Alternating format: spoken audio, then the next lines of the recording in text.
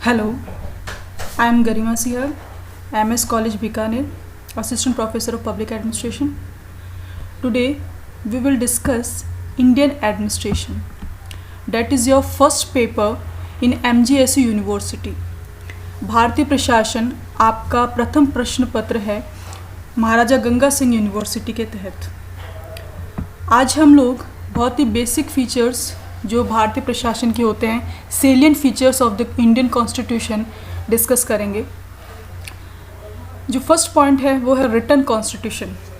हमारा भारतीय संविधान एक लिखित संविधान है, रिटन कॉन्स्टिट्यूशन है। जैसा कि हम जानते हैं, हमारे कॉन्स्टिट्यूशन को बनने में 2 साल 11 महीने 18 दिन का समय लगा। इतने विशाल डॉक्यूमेंट को बनाने में लगने वाले समय में B.R. अम्बेडकर, K.M. मुंशी, गोपाल स्वामी अयंगर, कृष्ण स्वामी अय्यर, जवाहरलाल नेहरू, वल्लभ भाई पटेल आदि विद्वानों का काफ़ी योगदान रहा। तो इतना लंबा जो डॉक्यूमेंट हमने बनाया और लिखित संविधान हमने बनाया, इसके पीछे बेसिकली क्या कारण था? क्योंकि हमारा जो देश है वो एक फेडरल पॉलिटी है। बहुत सारे स्टेट्स को मिला के जो 29 स्टेट्स हैं, उस वक्त 28 थे। तो जो बहुत से राज्यों को मिलाकर हमने जो हमारे देश का निर्माण किया, भारत देश का, तो उसके लिए क्योंकि एक फेडरल पॉलिटी होता है तो एक रिटन कॉन्स्टिट्यूशन की बहुत आवश्यकता होती है।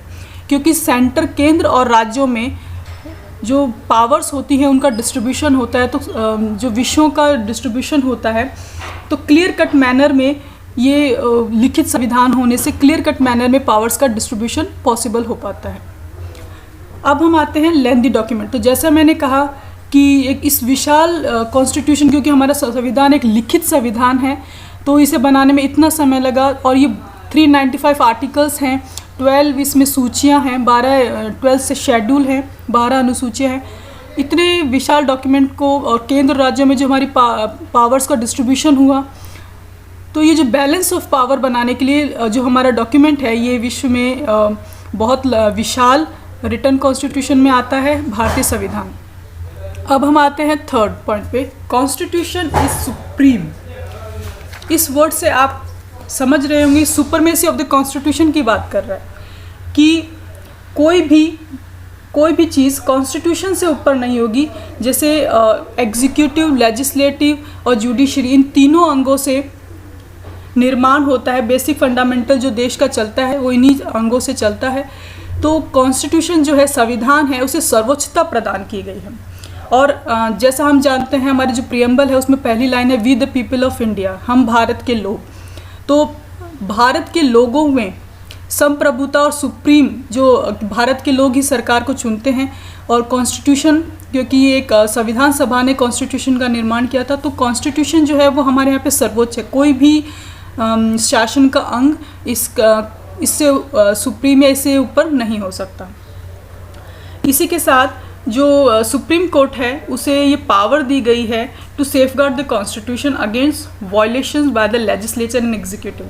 जो सुप्रीम कोर्ट है वो लेजिस्लेचर को और एग्जीक्यूटिव को, यानी विधायिका को और कार्यपालिका को, कोई भी ऐसा कार्य जो कि कॉन्स्टिट्यूशन के लिए या कॉन्स्टिट्यूशन संविधानेतर है, कोई कार्य जो अनैतिक है, वो कॉन्स्टिट्यूशन ने सुप्रीम कोर्ट को ये पावर दी है कि वो सेफगार्ड करे, संविधान की रक्षा करे। फोर्थ जो हमारा पॉइंट है वो है borrowing from other constitution yet a unique document. यानी हमारा जो संविधान है, भारतीय संविधान है, वो हमने बहुत विश्व के अन्य देशों से हमने बहुत से बेसिक फीचर्स को हमने अडॉप्ट किया है। क्योंकि हमारा देश काफ़ी लंबे समय तक ब्रिटिश राज के अधीन रहा, और उससे पहले भी मौर्यन काल, गुप्ता पीरियड और ब्रिटिश पीरियड, इन सभी का कुछ कुछ प्रशासन पर इन्फ्लुएंस रहा।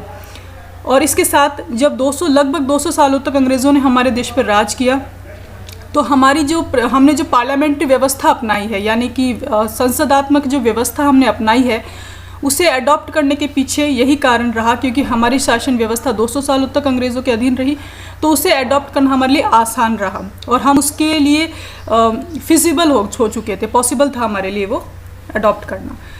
तो क्योंकि फिर हमने ब्रिटिश एडमिनिस्ट्रेशन से पार्लियामेंट्री डेमोक्रेसी यानी कि संसदात्मक व्यवस्था को अपनाया। और ऐसे विश्व के अन्य संविधान जैसे अमेरिकन कॉन्स्टिट्यूशन है, वहाँ से हमने राइट्स की बात करी। आयरलैंड से हमने directive principles of state policy यानी कि जो हमारे संविधान के पार्ट 4 में है डायरेक्टिव प्रिंसिपल्स, वो हमने आयरलैंड से लिए। जो इमरजेंसी पावर हैं हमारे भारतीय राष्ट्रपति की, वो हमने जर्मनी से ली। कैनेडियन संविधान जो है, कनाडा का संविधान है, वहाँ से हमने फेडरल पॉलिटी ली। और इसलिए लोगों ने कहा कि क्रिटिक्स जो थे, आलोचक, उन्होंने कहा कि it's a bag of borrowing, यानी कि भारतीय संविधान जो है एक थैला है जो हमने अलग अलग देशों से अडॉप्ट किया है, हमारा कोई यूनिक डॉक्यूमेंट नहीं है। बट ये बात जो है ये गलत बात है, क्योंकि हमने जो लिया it's not a blind borrowing, ये कोई अंधाधुंध किसी से लेने वाली बात नहीं थी। It's not a blind borrowing, it's a intelligent borrowing. मतलब जो हमारे देश के लिए गुड था, वर्केबल था, जो हमारे देश के लिए फीसिबल था, पॉसिबल था, जो हमारी जो परिस्थितियों के अनुसार हमारे लिए जो अच्छा था, वो हमने अडॉप्ट किया। और किसी से कोई अच्छी चीज़ अडॉप्ट करना चीटिंग नहीं होती या फिर उसे नकल नहीं कहते। ये क्योंकि हम एक अच्छा डॉक्यूमेंट, हम एक अच्छा विश्व का संविधान बनाना चाहते थे, तो हमने एज इट इज़ किसी देश से नहीं लिया, हमने अच्छे देशों के संविधानों से अच्छी बातें हमारे कॉन्स्टिट्यूशन में अडॉप्ट की। और ये कोई गलत बात नहीं होती, इसलिए हमारा डॉक्यूमेंट एक यूनिक डॉक्यूमेंट है। It's not a copy of other any country document. फिर आते हैं 5th पॉइंट पे, a responsible and responsive parliamentary government. हमारा जो संविधान है वो कैसा है, एक रेस्पॉन्सिबल है और एक रेस्पॉन्सिव पार्लियामेंट्री गवर्नमेंट है। हमने संसदात्मक व्यवस्था को केंद्र और राज्य स्तर पे अपनाया है।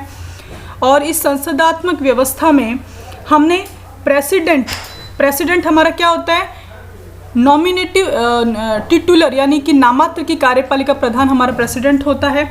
और सारी जो पावर्स होती हैं उसी के वो खुद स्वयं और अपने अधीनस्थ अधिकारियों के माध्यम से उनका संपादन करता है। तो ये जो रेस्पॉन्सिबल और रेस्पॉन्सिव पार्लियामेंट्री गवर्नमेंट है, इसका अर्थ होता है कि सभी लोग मिलकर कलेक्टिव रेस्पॉन्सिबिलिटी का पालन करते हैं। जो गवर्नमेंट बनती है वो सामूहिक रूप से उत्तरदायी होती है जनता के लिए। इसके बाद हम आते हैं 6th पॉइंट पे, फेडरल फॉर्म ऑफ गवर्नमेंट। जैसा मैंने बात की कि हम लोगों ने कैनेडियन संविधान से ये फीचर लिया है। और आर्टिकल 1 जो है हमारा इंडियन कॉन्स्टिट्यूशन का, वो बात करता है कि India is a union of state. जो भारत देश है वो राज्यों का संघ होगा। तो ये जो फेडरल फॉर्म ऑफ गवर्नमेंट का मतलब ये है कि केंद्र और राज्यों से हमारा जो देश निर्मित हुआ है, तो हमारे यहाँ पे राज्यों को पावर नहीं है कि वो हमारे देश से अलग हो सके। तो हमारा जो फेडरेशन है वो एक अलग और यूनिक टाइप का है। जैसे अमेरिकन कॉन्स्टिट्यूशन में जो स्टेट होते हैं वो अलग हो सकते हैं, हमारे यहाँ पे राज्यों को पावर नहीं है। और हमारा संविधान, हमारा जो फेडरेशन है वो बहुत हद तक कैनेडियन देश से मिलता है। इसी के आगे केंद्र और राज्यों में हमने पावर्स का डिस्ट्रीब्यूशन किया है। तो हमारे यहाँ पे केंद्र और राज्य स्तरों पे अलग अलग पार्टीज़ की गवर्नमेंट होती हैं और एक भी हो सकती हैं, और इन्हीं के बीच में सत्ता का, पावर्स का, विषयों का डिस्ट्रीब्यूशन है, विभाजन है। अब हम आते हैं 7th पॉइंट पे, synthesis of rigidity and flexibility. तो रिजिडिटी क्या होता है और फ्लेक्सिबिलिटी क्या होता है? हमारा जो संविधान है, अगर हम उसमें संशोधन की बात हम करें तो अमेरिकन कॉन्स्टिट्यूशन से हम एक बार कंपेयर करते हैं कि अमेरिकन कॉन्स्टिट्यूशन बहुत ही छोटा है और उसमें जो चेंज अमेंडमेंट होता है वो बहुत आसानी से नहीं होता।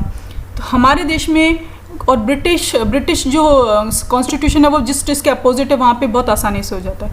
तो हमारा जो देश है, इंडियन कॉन्स्टिट्यूशन है, वो सिंथेसिस है रिजिडिटी और फ्लेक्सिबिलिटी का। यानी कि बहुत से ऐसे प्रोविजंस है कॉन्स्टिट्यूशन में जो कि पार्लियामेंट या केंद्र अपने स्तर पर खुद ही कर लेता है, और बहुत से ऐसे प्रोविजंस है जिनमें राज्यों की सहमति की भी ज़रूरत होती है। जैसे संविधान का अनुच्छेद 74 और 73वां जो संशोधन है जो कि रूरल लोकल गवर्नमेंट और अर्बन लोकल गवर्नमेंट से रिलेटेड है, इसको राज्यों की सहमति प्राप्त करने के लिए इस कॉन्स्टिट्यूशन को कि 1992 में पास किया गया, तो बहुत लंबा समय लगा क्योंकि राज्यों की सहमति भी इसमें चाहिए। तो यहाँ पे रिजिडिटी का पुट हमें नज़र आएगा। तो बहुत से प्रोविजंस में राज्यों की सहमति की ज़रूरत होती है, तो वहाँ पे रिजिडिटी दिखाई देती है, और बहुत सी जगह पे पार्लियामेंट यानी केंद्र सरकार अपने स्तर पर ही बहुत सी लॉज को पास करके और लॉज बना सकती है, आराम से संशोधन कर सकती है। तो ये सिंथेसिस हो गया कि बहुत से प्रोविजंस में रिजिडिटी हमें नज़र आती है, यानी कि आसानी से चेंजेस नहीं हो पाते, और फ्लेक्सिबिलिटी भी दिखते कि आसानी से चेंज हो जाते हैं। तो ये हमारा बहुत ही यूनिक फीचर है। इसके बाद हम आते हैं 8 पॉइंट पे, independent judiciary and power of judicial review.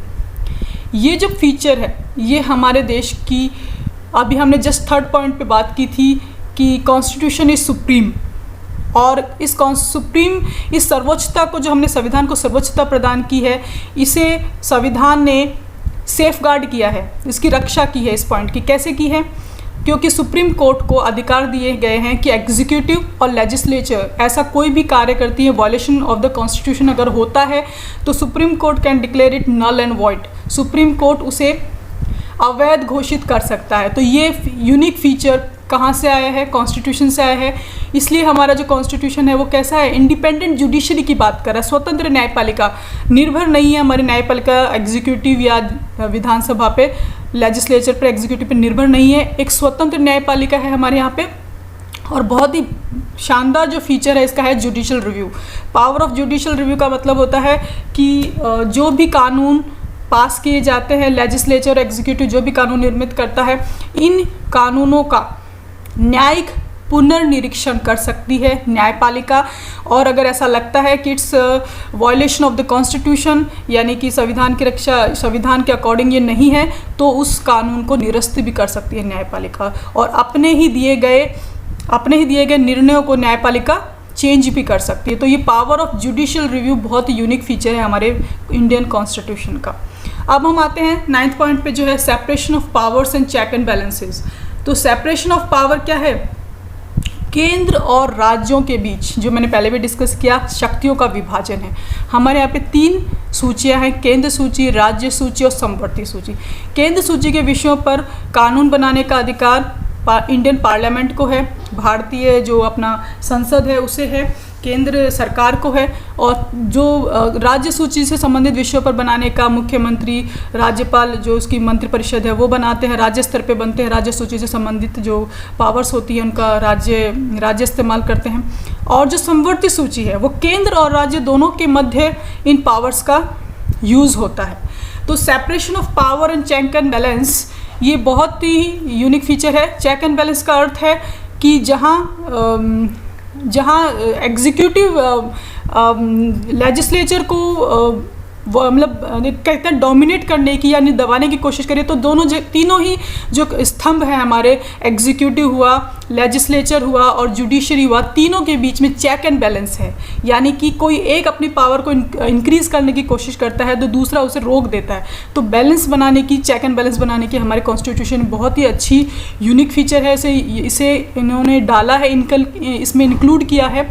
तो ये एक तरीके से सेपरेशन ऑफ पावर्स जो है फ्रेंच कॉन्स्टिट्यूशन का ये बहुत ही मॉन्टेस्क्यू ने दिया है कि जुडिशरी में, लेजिस्लेचर में और एग्जीक्यूटिव में, तीनों स्तंभों में एक दूसरे में इंटरफेयर नहीं करेंगे, और ये तीनों अपनी सत्ताओं का, अपने अधिकारों का अलग अलग इस्तेमाल करेंगे, पावर्स का यूज़ करेंगे। तो सेपरेशन ऑफ पावर हमने फ्रेंच कॉन्स्टिट्यूशन से लिया है। और चेक एंड बैलेंस का आप समझ गए होंगे कि एग्जीक्यूटिव, जुडिशरी और लेजिस्लेचर तीनों ही अपने अपने स्तरों पे जो पावर्स का यूज़ करती हैं, तो एक दूसरे की अगर कोई इंक्रीज़ करने की कोशिश करता है, वॉयलेशन करता है, तो ये एक दूसरे को रोक सकते हैं।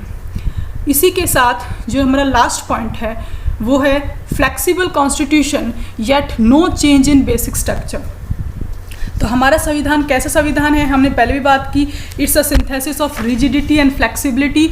और हमारा संविधान कैसा संविधान है? एक फ्लेक्सिबल कॉन्स्टिट्यूशन भी है, इतना मुश्किल नहीं है कि चेंज ना हो पाए। तो काफ़ी जहाँ हमें ज़रूरत पड़ती कि समय के साथ परिवर्तन करने की, वहाँ हमारा संविधान फ्लेक्सिबल भी होता है।